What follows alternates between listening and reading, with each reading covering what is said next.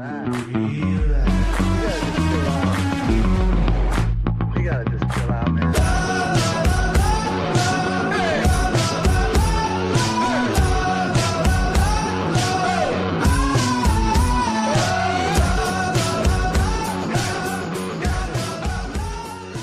Pittsburgh Steeler fans, welcome back to another episode of the Scho Bro Show.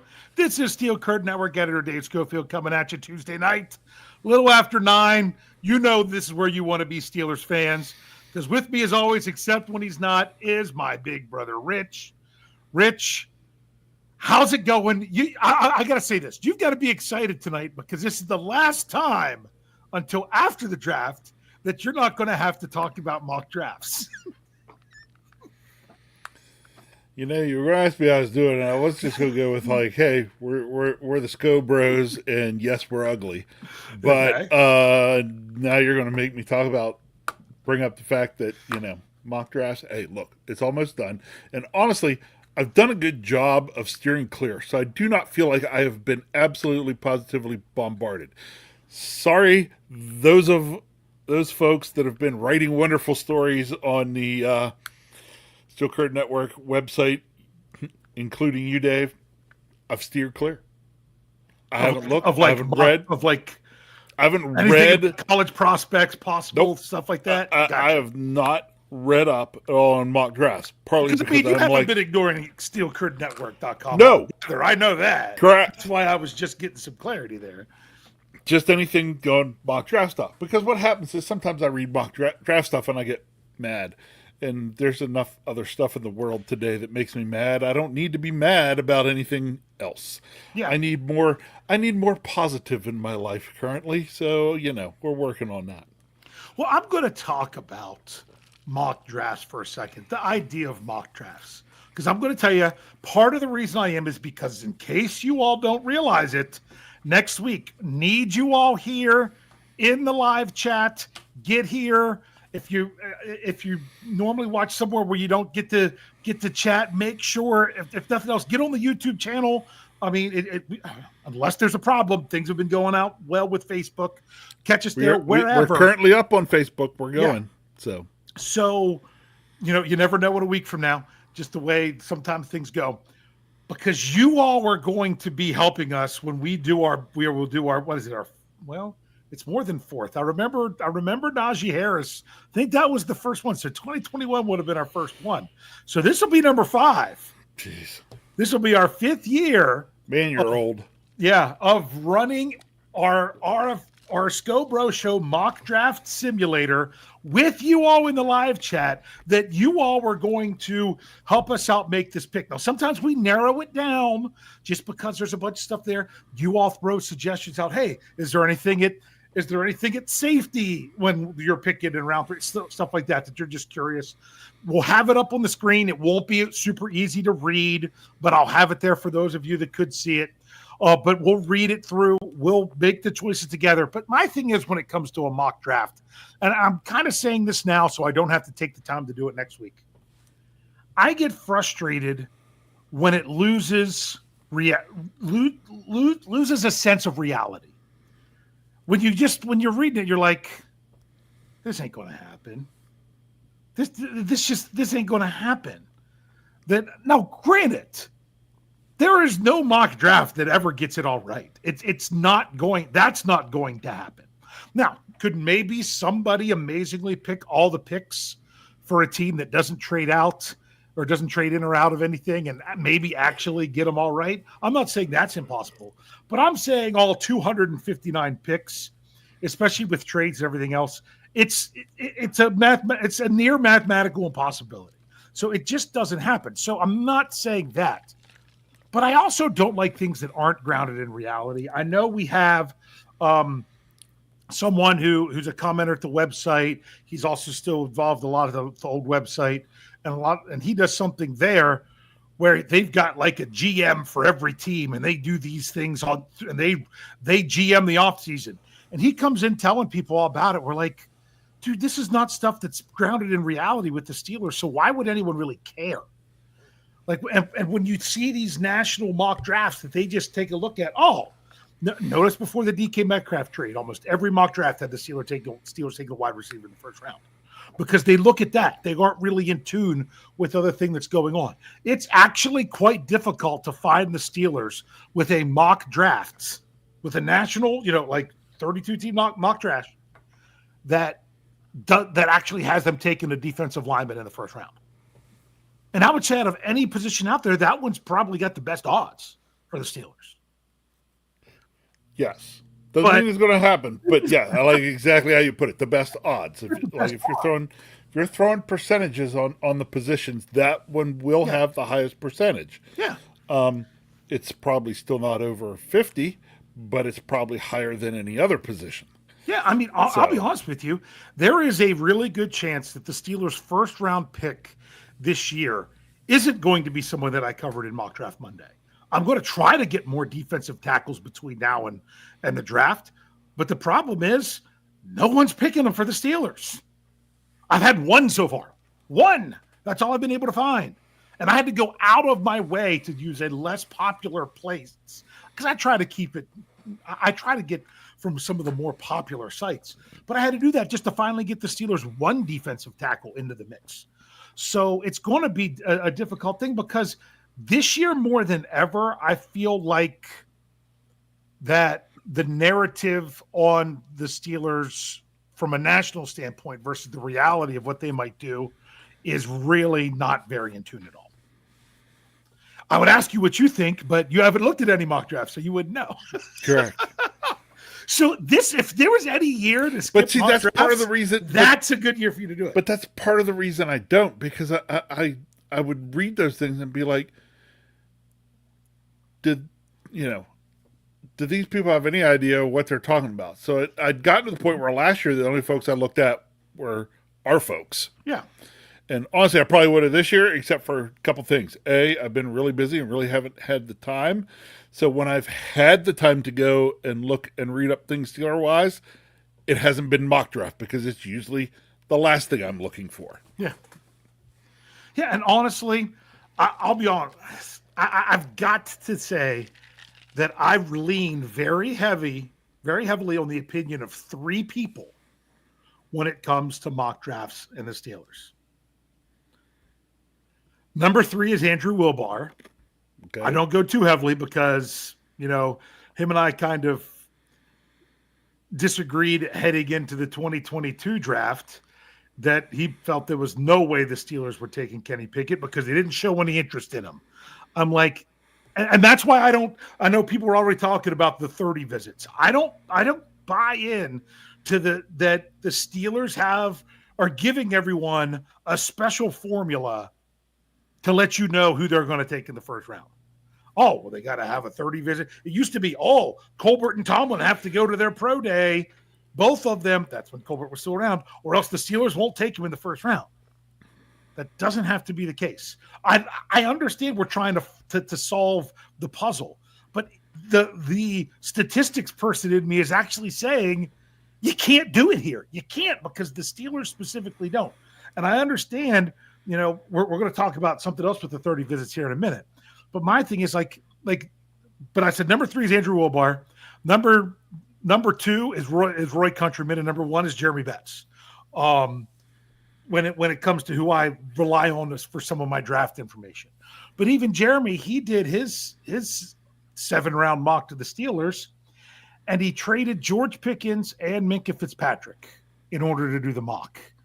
And I'm just like, it's not even very likely that they would trade one of them. One, let alone both. And they traded back in the first round. Yeah. So I'm like, it might be fun. And, and it was interesting to look at, but I'm like, I'm not taking this as any kind of reality. And I do think a lot of people that do the mock drafts and stuff, they get into it and run so many simulations and do this and that and the other stuff. They do it so much that I think they lose a grip on reality with it. They really do. And I'm like, yeah, okay. that's just as long as it gets us another draft night video. Yeah. I'm all for it. Yeah, you're all for it. Yeah. So that's a short way of saying next week but that's part of the stuff. The Steelers did make some moves and news and stuff this week. They did bringing back their who ended up being their swing tackle from last year after Fautanu went down, in Calvin Anderson. It's interesting. The Steelers reported they signed him to a 2-year deal, but yet they gave me a contract on over the cap, but it was only for 1, so I can't trust that contract to do a cap update yet. So there's that. And then there's news today that the Steelers are using I don't call it, sometimes I mess up and call it a top 30. It's not a top 30. That's not the right term. I don't know why people start calling that, where you have 30 visitations. It's not your top 30 choices because there's no way that's what it is.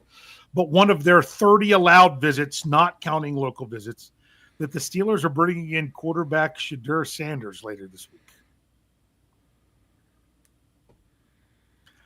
What did you think when you heard about that one, Rich? Okay.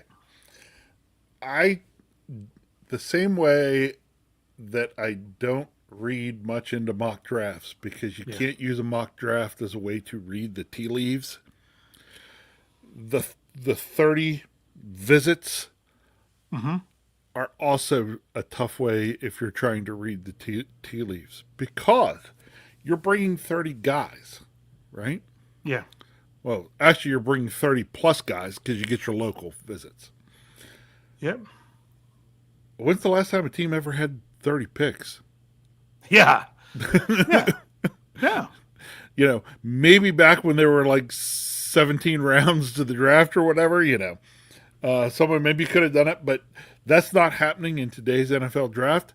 So you're always bringing in some guys that are long shots, and some of them might even be further than that of ever, putting on a black and gold jersey.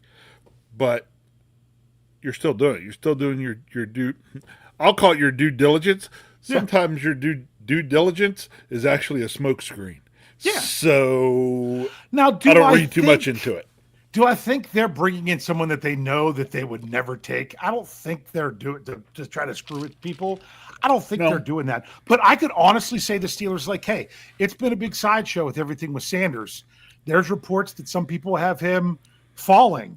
The Steelers are like, if he's going to be available at 21, we should at least know a little something on whether or not we would say yes or no. Yep. Yeah. And I don't know if you either read or listened to unpopular opinion from this past Sunday, but it was, I said that people that say the Steelers need to draft a quarterback every year until they find the guy, which is kind of something we're going to be talking about, proper timing and stuff with quarterbacks, is I said that's a bad idea because what you're going to do is you're not actually going to get the answers you need to get with anyone if you're bringing one in. You could go back-to-back years. To me, going 3 years in a row of drafting a quarterback is too much. 4 would just be crazy because by that time you're getting more quarterbacks than what you can keep on the roster that are on rookie deals.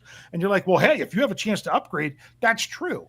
But if you use, let's say, a 3rd round pick or a 4th round pick this year on a quarterback, do you really want to say, oh, well, we know that we're moving on from? Well, if you use that round pick on him this year, that's probably more of a backup role. And I don't think it should exclude you from then maybe going 1st round next year, if that's what they're going to do. But if you go 4th round this year and 1st round the next year, and that 1st round pick is struggling, you go turn around and go 2nd or 3rd round the next year? You get a point where you're going to have to just stop and say, hey, we've got to invest in what we've chosen and see if they're going to work out. Actually be able to evaluate what we have.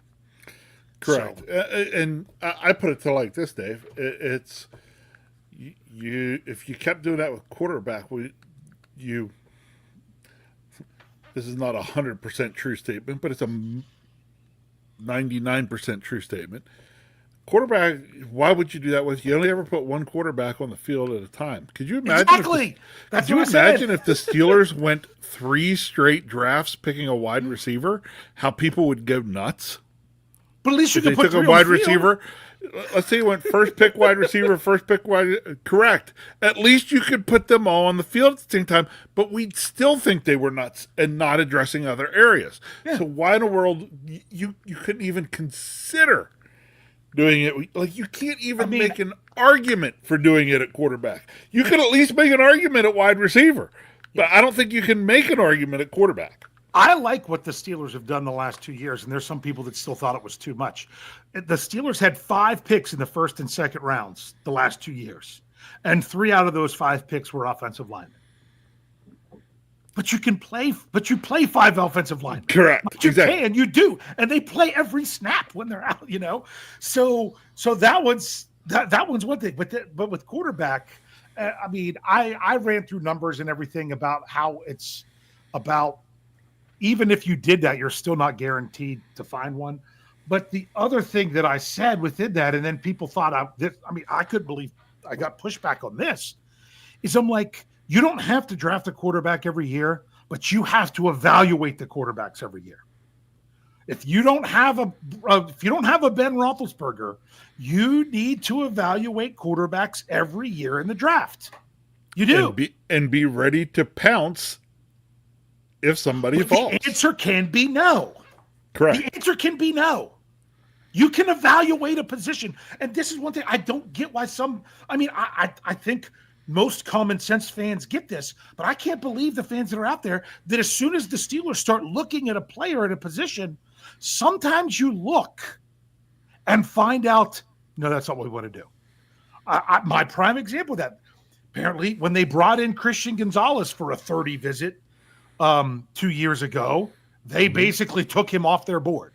That was a report. I don't know if it's true, but if it is, or if it was, that's the kind of thing that you got to remember. Sometimes you have to evaluate players in order to know that the answer is no. And you know what? The Steelers were evaluating quarterbacks even when Ben Roethlisberger was around. It's just it wasn't a focus because it wasn't, what did the Steelers do in a quarterback?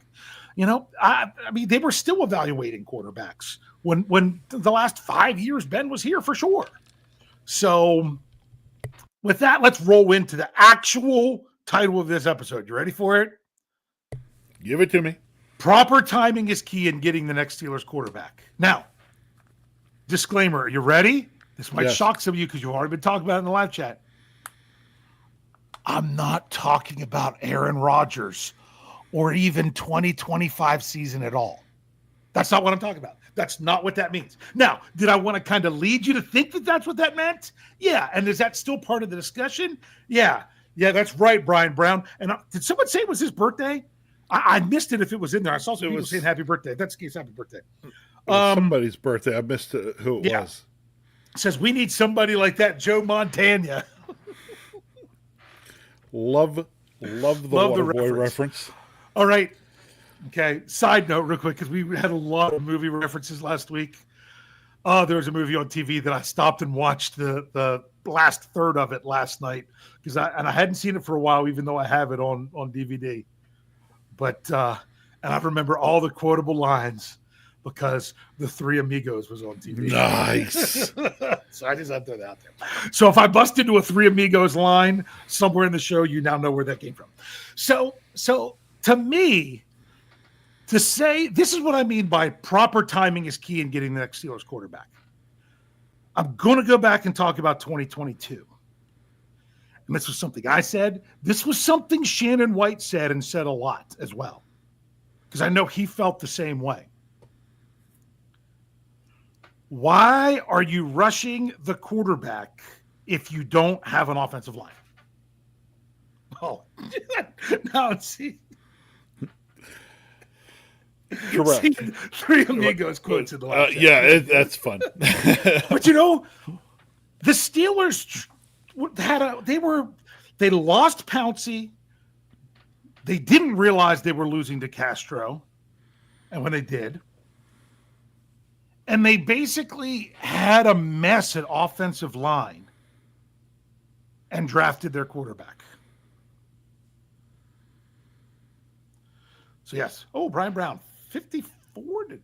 Ooh, happy birthday, Brian Brown. But you know what I'm saying? Yes.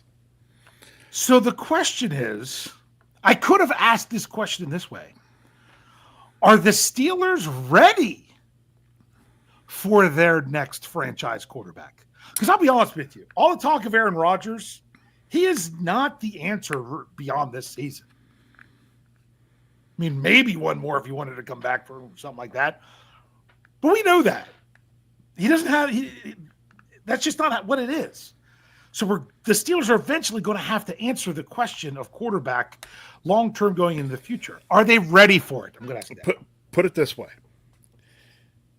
If the Steelers go into this draft and they go to pick at 21, or let's say even they move up to, say, 16 or somewhere because they think their guy is there, the guy they want, the guy that they're like, we have a better shot at this guy being our future than we've seen in a while. I'm okay with it because I feel the offensive line is in a much better place now than it was in 2022. Oh, absolutely now. Yes. But you really want to know what I think? Yes. I have an idea where you're going here, so you go ahead. I think this is a really big year of getting answers for the Steelers' offensive line. Yeah. Who's going to cut it and who's not? Now, do I expect the answer for all 5 players to be, yeah, that's going to be our all 5 the next year? I know as Sam always get up there. Who knows what the Steelers can even do in this draft or what they could do? If you're talking about replacing one guy and you could do that in free agency and everything, that's all right. But I think this is the year. Well, first of all, you've got to actually see Troy Fautanu. Yep. Loved what was going on with him at training camp. Had a really nice one game. Not a lot to go on. Because you know what? Broderick Jones had a really nice one game, his first start in the NFL. But didn't follow it up. So, but that's the next one. Broderick Jones. This is the huge year for him. Yeah, this is pretty much make or break for him. Okay. Zach Frazier, he's the one I have the most confidence in, but I'm at the same time, that scares me a little bit because who did I have the most confidence in last year? Broderick going into this past year, Broderick Jones. I did. Because I didn't expect him to take a big step back to start the season. So, and if he does that again this year, then I don't think he's going to last very long. So, and then Mason McCormick, you still got to see what's going on. I mean, if he's not going to be an answer at guard, that's not like a big miss. It's really not. On a 4th round pick on an FCS school. If he hits, that's a huge hit. That's why that pick was so great, because if he hits, it's a huge hit, and if you miss, it's a small miss. I kind of look at offensive line this way. Okay, this offensive line could turn out to be, there is a decent probability that the offensive line this year could turn out to be a real strength for this team. Okay, if everything lives up to the hype. Mm-hmm. What we get, if you look at the floor of this offensive line is probably still not far from some of the ceilings we've had on some offensive lines in the past. That's true. And honestly, I think this offensive line could be a big strength for this Steelers offense. And I really do think that more than any other position group, the success of 2025 is going to come down to this group more than anyone else. Yes, I agree. I wrote an article about it. That's just how I feel. So to me, yes, I know we said about quarterback. I still feel like the Steelers weren't ready. And I know it's so easy to go back and look at 2004 and see how the Steelers just had a frustrating year, but they weren't that far off. They had traded up in the draft the year before, got a defensive player, didn't have the strongest rookie campaign. But you got a different defensive coordinator coming in, and he explodes onto the scene in 2004, where you have a super strong defense, a really decent quality offensive line, which was supplemented by that draft as well in 2004 with Max Starks. Okay. And a good run game, and how much easier that made the job of a quarterback to where they could actually,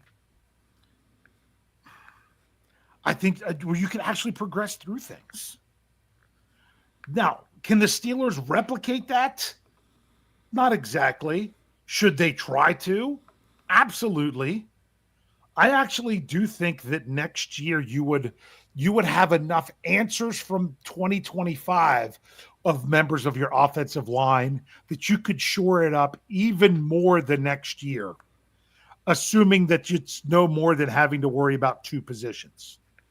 If you can get 3 out of 5 that are, hey, we've got something just from this year, then I think you could even be in a really good place to like, hey, we've got the line for the quarterback to succeed. I pretty much, I think, understand, and I'm on board with most of what you said there. Okay. So,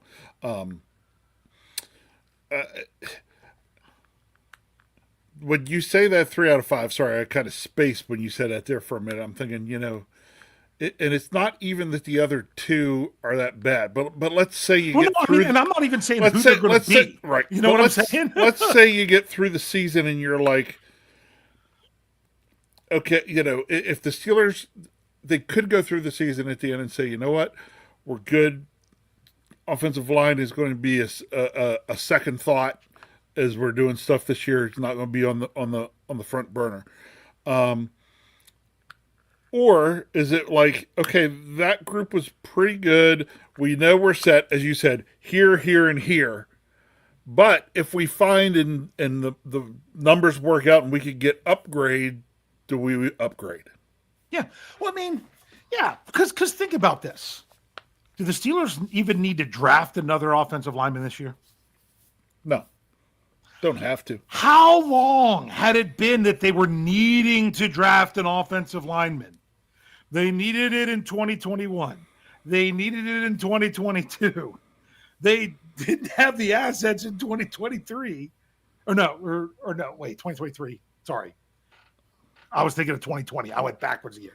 In 2023, they pulled the trigger. And then in 2024, they pulled the trigger even more. Right. My thing is this is the first draft. This is the first draft in 5 years that I don't feel like, come on, really, just give me an offensive lineman in the first round or second round or third round. Just give me at least one in the first 2 days. I don't think they even have to go there at all. They can, but they don't have to. But they don't have to. And that's why I think the Steelers are much more in a better position to have a young quarterback now than they were in 2022.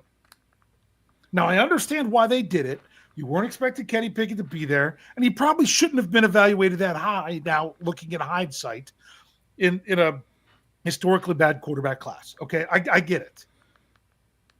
But you really needed line then, and now you're getting it. So this year it could work. But next year you'll even have more answers. So to me, it's hard to get that quarterback now. As you're forming everything up around it, the issue then becomes, now do you actually have the quarterback to get? You have the quarterback to get, and that's your problem with 2025. Is it the right time, the right person?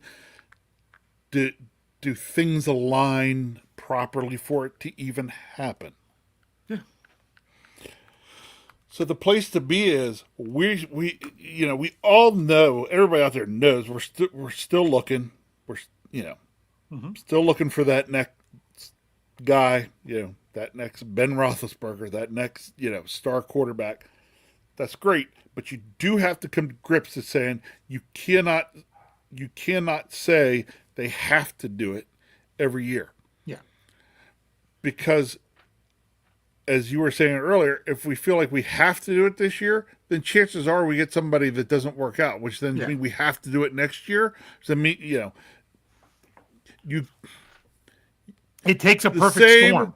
The same way we talk about quarterbacks throwing into tight coverage. Mm-hmm. You can try to force it, but it better be good. It better be good. That's a good way to say it for us to take our break. Yep. If you're with us here live, we're not going anywhere. If you're with us here on the audio side, we'll be right back after this. Relax, don't worry, no rush, what's the hurry? Relax, don't worry, don't worry, relax. Relax, don't worry, no rush, what's the hurry? Relax, don't worry, don't worry, relax. Yeah, Rich, we got to relax. Don't worry.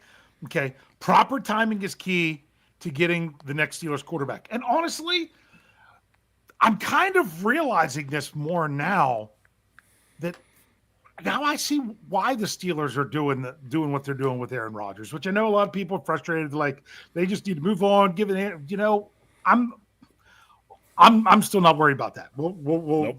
Yeah. My thing is, All right, so hold on. Go ahead. Before we get into this too far, Dave. Yeah. So came up in there earlier. So no, two things came up in the just move on. two things Just- came up just in the move on. two things came up in the live chat. Yeah. The first, thank you, Steeler Chick 46. Yes. She recognized that I too just had a birthday the other day. Sunday was my birthday. No, it wasn't. It was Saturday. Oh, was it Saturday? I don't know. I've been lost. What's today? Today's Tuesday. It was Saturday. I know. You know why? Because then Saturday I couldn't. So then Sunday I was going to go fishing for my birthday, and then the weather was just such crap that I couldn't even do that. So been rough. So Dave, as a favor to me, for my birthday, give us the Chewy roll. No. You know what? You know what you get? This is what you get. Oh my gosh! Don't take Kenny Pickett. Don't take Kenny Pickett. You shut the front door. Oh, gosh! I give you the. So instead. that's only half a present. The other half would have to be the video that would of that same point in time. Well, that's a bunch of sounds put together from over. That's a what is it like an 8-second sound bite from over about 35 seconds of the whole thing. Yeah. So, but yeah, we'll see. What were we talking? Oh, we were talking about quarterback. Yeah, Quarterbacks. So I can understand why the Steelers are like, if you're not going to get the guy that's your guy going forward, then take a 1-year shot again. Now, was it going to get old if they do that? They did it last year. They do it this year. Is it going to get old if they do it again next year with somebody else? Absolutely. Yeah. You can only do it so much. Well, no, it's losing your patience there the same way as you lose your patience if the Steelers took a quarterback in the first round until they found their next guy. Yeah. It can't be doing the same thing again and again and again. And you know what I mean? It's like, mix it up a little bit here and there. Not because you have to, just honestly because the natives would get quite restless. We as fans would go nuts. I mean, we really would. I mean, I would. Yeah. And honestly, if you want to really sit here and think about things, the Steelers have been playing that game, and maybe that's why they're not so pressed to do with the Aaron Rodgers things, because you think, Well, we've been playing that game. We've brought in Mitch Trubisky. We brought in Russell Wilson and Justin Fields. We brought, it's Yeah. it's eventually they're going to have to find that answer. Whether that answer be drafting that next player, or is that answer, going out and getting that free agent somewhere, and not that free agent that's got a year or two left in the tank. Yeah. We're talking about, spending the money on somebody But it's else's also guy. so hard for that guy, outside of a guy that only has a couple years left in the tank, to actually be available. Yes, I know. That's why it's so difficult. Yeah. So I understand it. So to me, when proper timing is key to getting the next Steelers quarterback, first of all, you got to get pieces around them. You could make an argument that some people, we said offensive line. Now we look at wide receiver. I think that's part of the reason why you trade for DK Metcalf and give him a 5-year contract, is that you at least have something there that I would call on the superstar level that you have. Whether things work out with George Pickens or not, we'll see. Whether if Roman Wilson come on, we'll see. Whether Calvin Anderson can continue, we'll see. Whether they draft anyone, wide receiver is one that I feel, especially right now with both Metcalf and Pickens, that's a pretty good scenario for a quarterback to have those guys. You could talk tight end. Hey, Chris Boswell said Mount Washington. Hey, Chris Boswell said he'd throw it to him. Yeah, exactly. Guys, Boswell said, yeah, I'll throw it to those guys. Okay.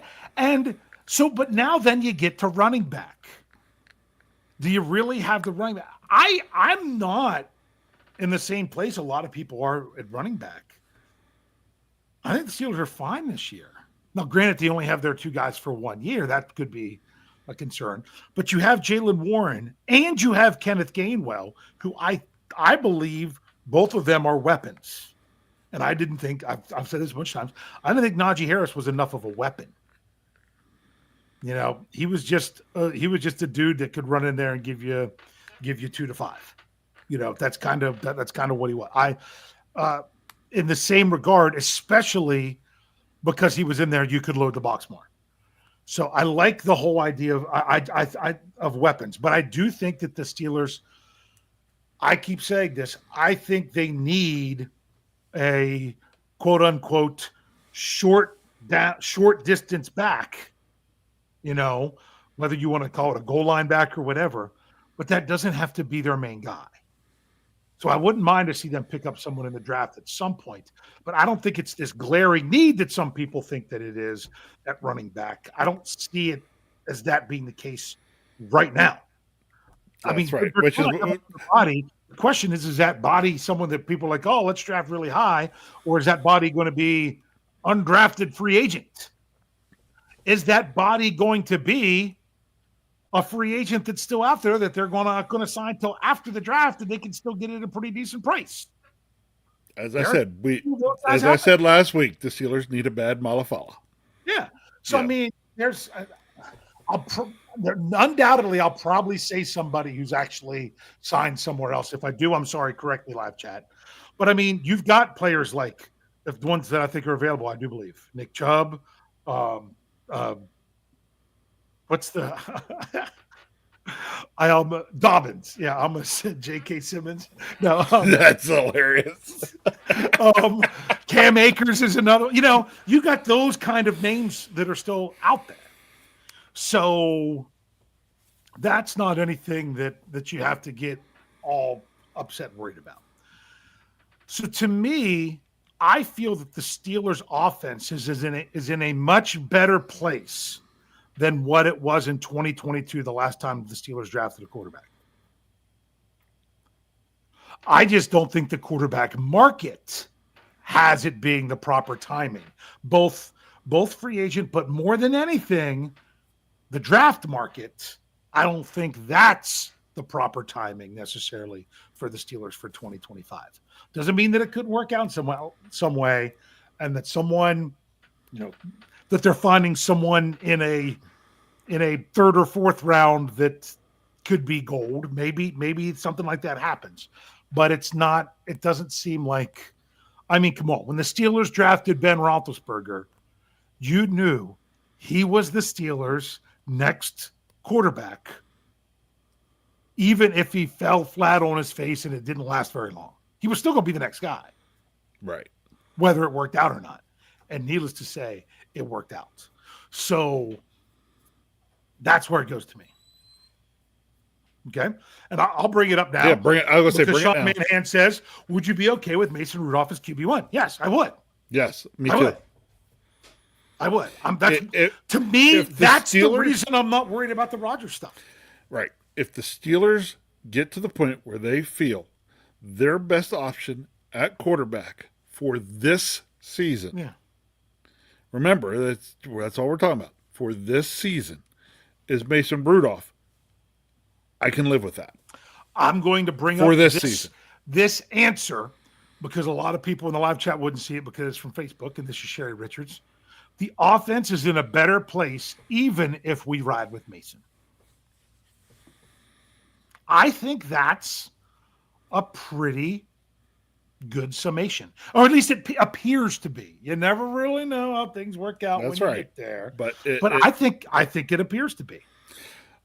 I think a lot of fans would say they are more comfortable thinking of Rudolph as a QB1 because of the offense he would be coming into. Yeah. Versus, I think it's better now than when he left. Correct. Yeah. Yes.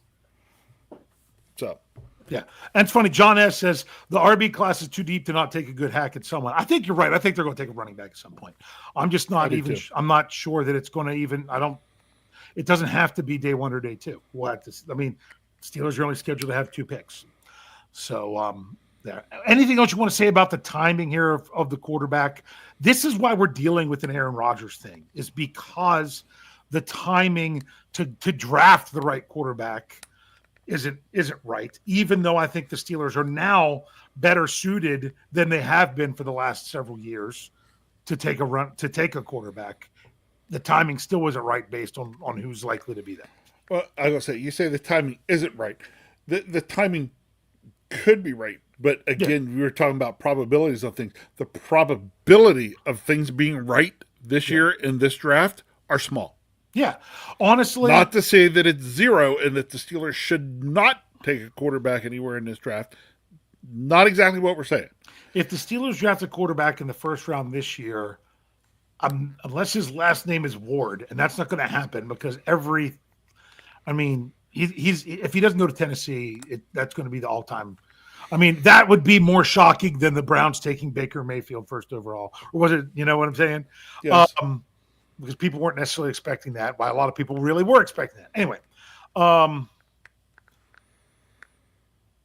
that would just be surprising. And I just don't think the others are worth there. If the Steelers draft a quarterback in the 3rd or 4th round and they hit on him, good for them. Who freaking who? That's a big deal. That's a big deal. So I'm not afraid of them taking a shot on one later on. And I'm not either, especially because you think about it, let's think about, you still need a backup. Well, not just that, but let's think about some big time quarterbacks in this league that are, in the NFL, guys that, have played many years and what rounds they were drafted in. Of course, we could, well, no, we're not going to talk about that guy that used to play up north. Yeah. But let's talk about, the name that floated across here several times that people kept floating out there that we kept having to shoot down because the numbers just don't work. And it's Kirk Cousins. Yeah. Kirk Cousins was 3rd, 4th? Right. Was he 3rd or 4th? Okay. 4th round. In the same draft as RG3. Took RG3. Correct. And it's like, so those guys are out there that, now, again, you can look at Cousins and say, hey, he's never won a Super Bowl. He's never been this, but he's been a very good NFL quarterback. Yeah. And sometimes that's all you need. Yeah. Is good. You don't need Hall of Fame worthy necessarily. You just got to have good. Yeah. I mean, think about it. What quarterbacks did the Steelers draft in the first round historically? Ben Roethlisberger was in the first round in 2004. Who was the last one before him that was taken in the first round?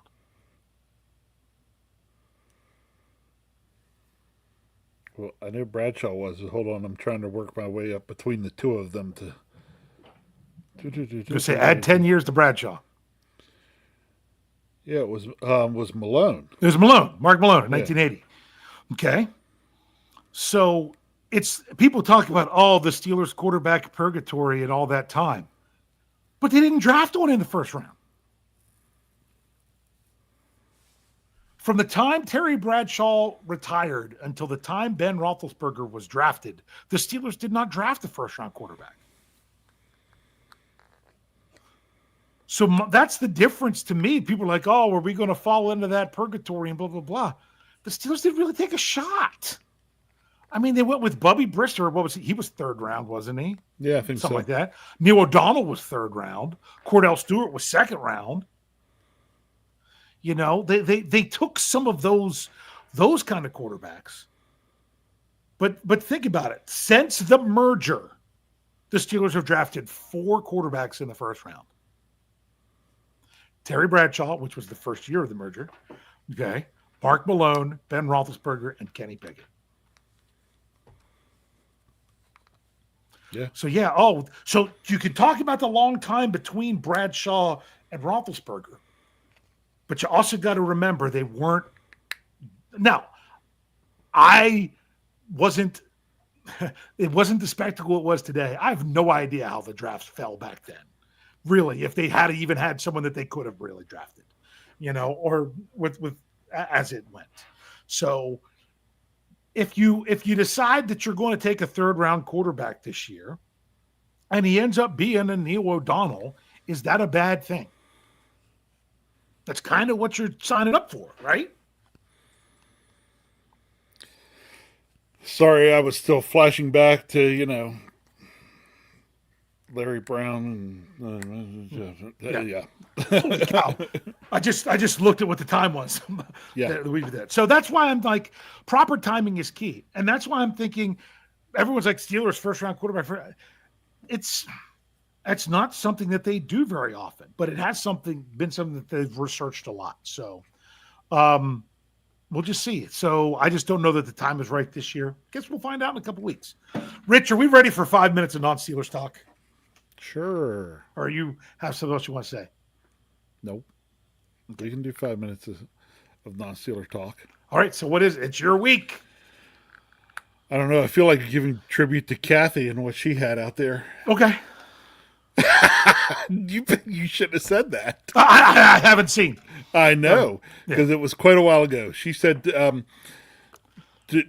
tonight's 5 minutes of Steeler talk would be brought to you by Chewbacca. Hey, you find a way to get it in there where that's something I'll answer. But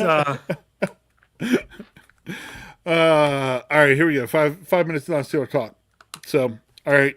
So, as I said, my birthday was the other day. This weekend, I did not get to go fishing. I'm currently suffering from fishing withdrawal. It is awful. It is terrible. So, Dave. yes, I don't know if you noticed this week, but we're our favorite vacationing location. mm-hmm. They've been having bluefin tuna right near the shore. Really? People hooking up with bluefin tuna from the piers. Not our pier, the next one down. Okay. And on paddle boards, kayaks. It's been insanity. Could you imagine hooking into, a 400 to 500 pound bluefin tuna while standing on a paddleboard? Jeez. That actually would be scary. That would be scary. And everybody out there, yes, correct, the Outer Banks. So they've been catching bluefin tuna right up almost from the shore. which people brought up. Oh, catch of a lifetime, catch of a lifetime. Rich, Dave, this is supposed to be 5 minutes since, of non. since I'm suffering from withdrawal, 5-minute question. since I'm suffering from withdrawal, Dave, tell me about your favorite fish. Your fish of a lifetime. My fish of a lifetime. Yes. Fish of a lifetime. Well, Or your day fishing of a lifetime, or You're my best fishing story. Yeah. Now yours, if you go way back. By the way, trees don't count. The trees don't count. I love trees. Now, honestly, the one that I remember was as a kid that I caught a nice rock bass at our dock. And I was a kid, and I remember the boat was not in the slip. I don't know if it was earlier in the year that we didn't have the boat in or what was going on. And I was fishing in there, and I was sitting there, and I was sitting in a chair, and I was sitting back, and my eyes were shut, and I was like half asleep, dreaming that my bobber was way under the water, and I pulled out this nice fish, and I opened my eyes, and the bobber was way underwater. And I pulled out this nice fish, and it was about a 13-inch bass or something like that.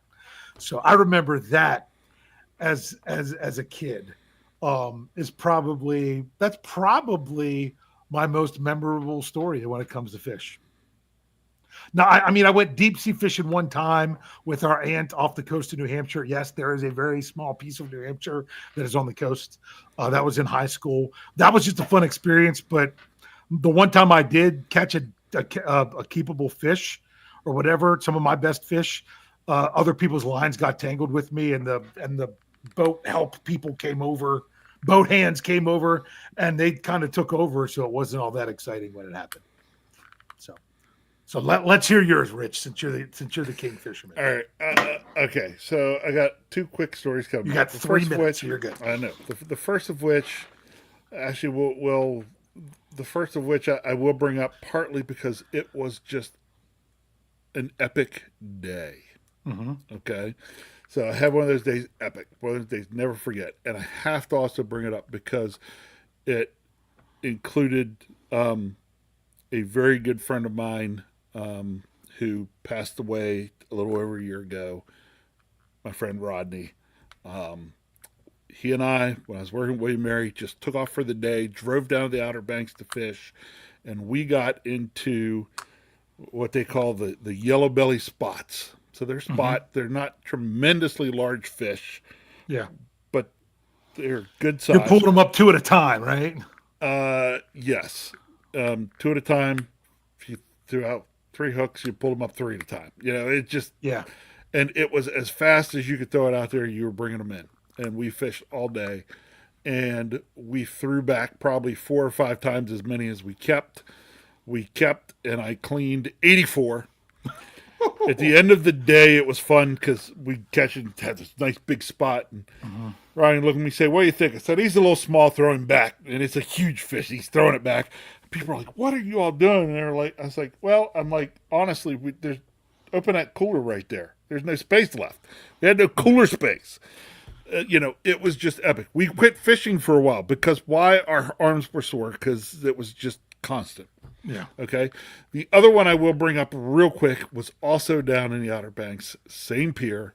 It was Star Wars Day. And I remember this day because a couple folks dressed like stormtroopers came out on the pier. And I got to do this one with our dad. And we got into a really nice school of puppy drum. These were 26-inch juvenile red drum. They were within a slot. We could each keep one, and we each did. But we caught a pile of them. It was just this big school that if you had polarized glasses, you could see them go out, circle. You'd wait, keep an eye out. You'd see them come right back around, and as they're coming around, I'm telling the other 8, 9 guys that are out there fishing, it's like, here they come. Everybody throws out. Everybody hook up. It was a blast. Just 2 days that I will never forget.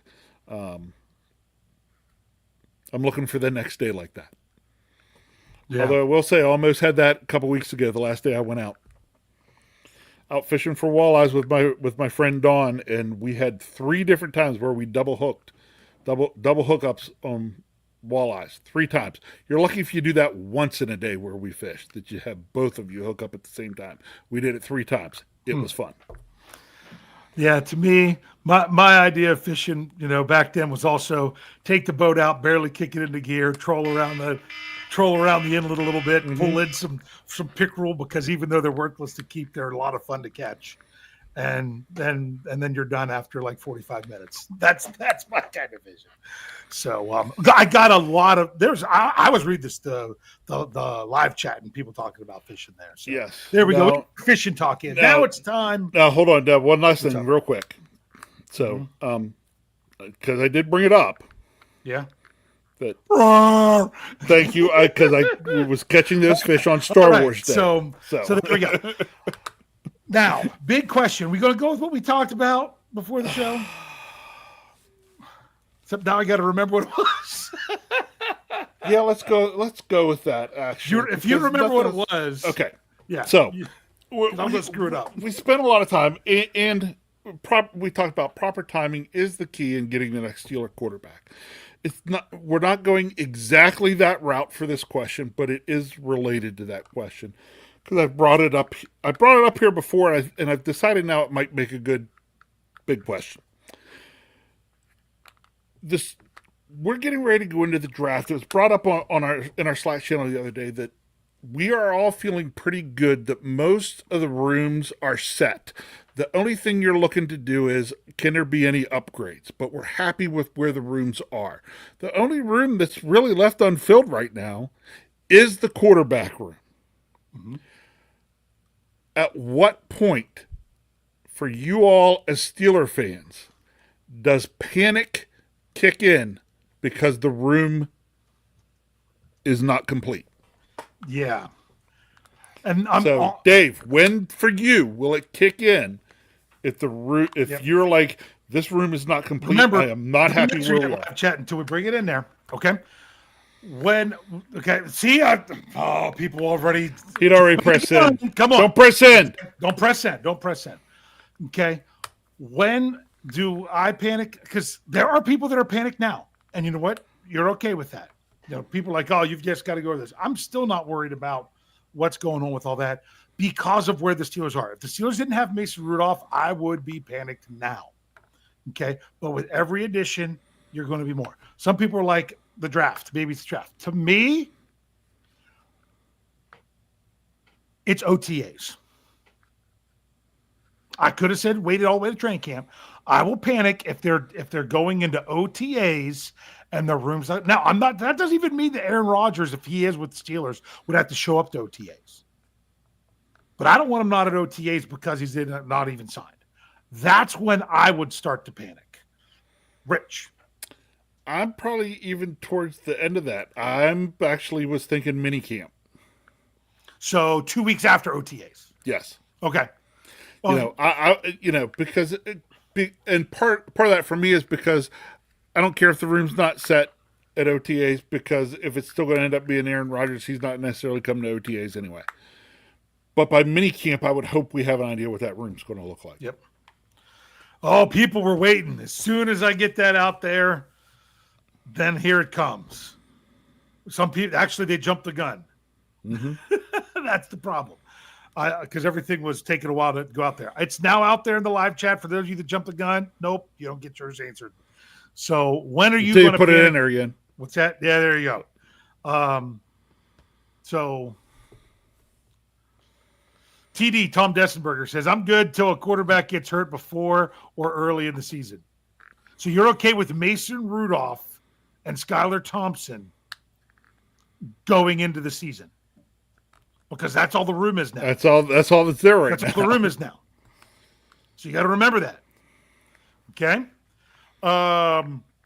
K Mike says OTAs. Steel Dog 88 says minicamp. Gavin Anthony says minicamp. Steeler Chick 46 says first game of preseason. Well, now, look, because here's what you can remember. You could pick up a later quarterback and have a third quarterback and still not be set. But if you have 2 openings until then yeah, So, but I get there. Okay. Kathy, this is an answer I thought a lot of people would say. Latrobe. Yeah. You know, people that aren't worried about it are going to say that.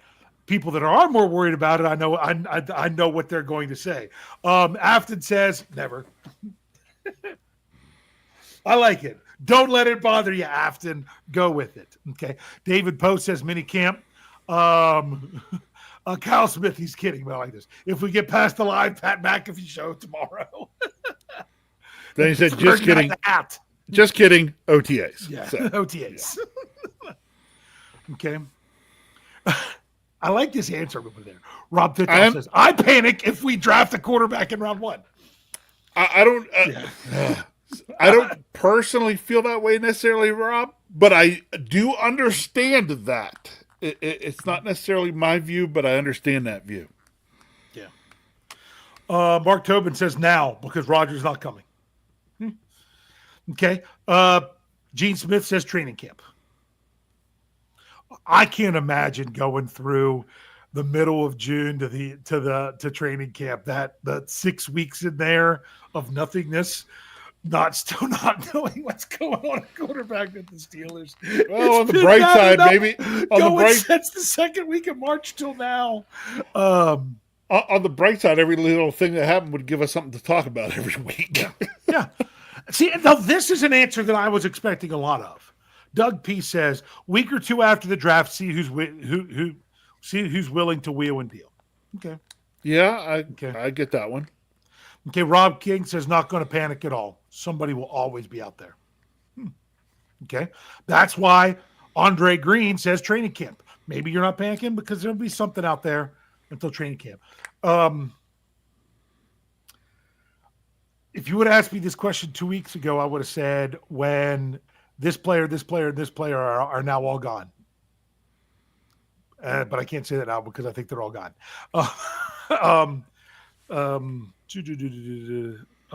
Here we go. Brian Brown says, no need to panic. Danny Dimes to the DBs and Jameis are signed. In other words, because it's not those two guys. Yeah, he's good. Okay. Yep. I didn't read that right. I didn't give you a very good birthday reading of your answer, Brian Brown. That's why I had to give it an explanation because I screwed it up. Sorry about that. So let's see what else we have. I love this. Sherry Richards. Next year. Yeah. I get it. I mean, I get where that's coming from. I'm still, though, with Dave, it's like we currently have 2 quarterbacks on the roster, period. Yeah. So, and I'm talking about just when the room is set. I'm not saying when it's set with the next guy. Yeah. Because I've said this so many times. The next multi-year starter for the Steelers is not going to be, I don't think is in the cards for 2025. Now, could it be someone they draft in the mid rounds and it works out? Yeah, but that's not what I'm looking for. Ruben Stone says, not worried at all. Let Mason run the show. You missed one. Did I? Well, Mark Tobin's thrown like 8 in there, so that's why I didn't do it again. Okay. No offense, Mark. I'm reading them myself. I'm just not bringing them all up. Okay. So it's funny. I think this is an answer to the question. If it's not, I'm sorry, but I think it is. I'm going to bring up from Jason Winningham says, I've been annoyed all off season. That's not, yeah. So because I could understand that as well. Too. Yes. Yeah. Yes, absolutely. So I like that we actually had a wider variety of answers than I thought we might have got here. I'm really happy with our live chat today with answering this question. Well, it just goes to show you that everybody's in a little different place with it. Yeah. And to me, I can understand why people are at different places with that. I'm not sure, I don't know. Maybe Dave, is some of it that we're all kind of tired? Yeah, I think so. But I mean, here, like Jamie Carlos says, until it's set with the true number 1 QB, I'm still worried. Yeah. Then you're probably going to be worried until next year. Yes, you are, probably. But the difference is, are you worried until next year, or are you not worried until next year, like Sherry is? Okay. I get saying it both ways. So, yeah. So this has been pretty good, pretty interesting. But you said notice how people are a lot of different places. That's okay. Like I'm in a completely different place with running back than what a lot of people are. I think the Steelers are in good shape with running back. A lot of people aren't. Some people, I think the Steelers think they're in better shape on the defensive line than what most fans think. Yeah. I'm not saying I agree with them. I think that's what they think. But we'll have to see. I think the Steelers really made significant upgrades in the secondary this year. That I don't think people are giving that enough credit. But not everyone's on the same page there too. It's simply the nature of the beast, and the nature of the beast is we're going to continue to bring you the content all off season. I still can't get Jeff Hartman to tell me exactly what we're doing for the draft. I don't know why he's keeping it a secret from me, but I'm pretty sure we're going to be going live a lot of it, like we did last year. Exactly how that's going to look is what I don't know. But because last year was a blast. It really was. And we're going to continue to bring you the content at SteelCurtainNetwork.com. I can't tell you this. There's no Steel City Insider this week. There'll be something else in its place. But other than that, you'll have our lineup coming. And if we get news on anything with the Steelers and quarterbacks and everything, I mean, the longer this has gone on, Rich, it's funny. Some people might be souring on Aaron Rodgers the longer this goes on.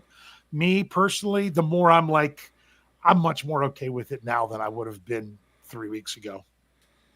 I'm starting to get it because I'm starting to get that they're like, yeah, this is what we have to do why not be the best that we can be now and get ourselves in a good place to make it better in the future. I get that philosophy. I really do. So with that, Rich, is there anything else you want to say here to close us out tonight? Sorry. To close us out tonight, it'll be short and sweet. Next week, Scho Bro Show. The mock draft. Can't wait.